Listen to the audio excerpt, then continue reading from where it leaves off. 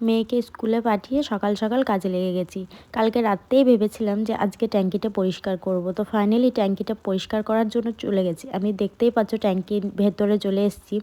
আর আমি এখানে ট্যাঙ্কিটা ভালো করে সাবান গুঁড়ি দিয়ে আর একটা আলুর বস্তা দিয়ে পুরো ঘষে ঘষে আমার যতটা গায়ে ক্ষমতা আমি পরিষ্কার করার চেষ্টা করছি।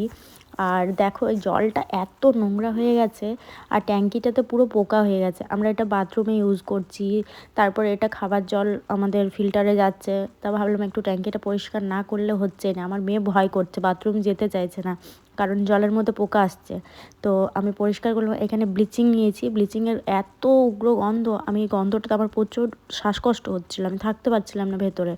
তো আমি নাইটিটা নাকে দাবা দিয়ে কষ্ট করে ট্যাঙ্কিটা পরিষ্কার করছি।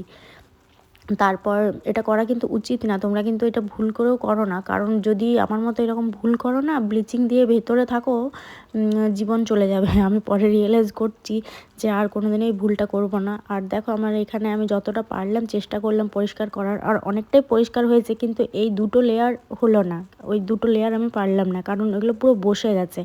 আর আমার হাতে আর মানে ক্ষমতা নেই, শরীরে ক্ষমতা শেষ হয়ে গেছে।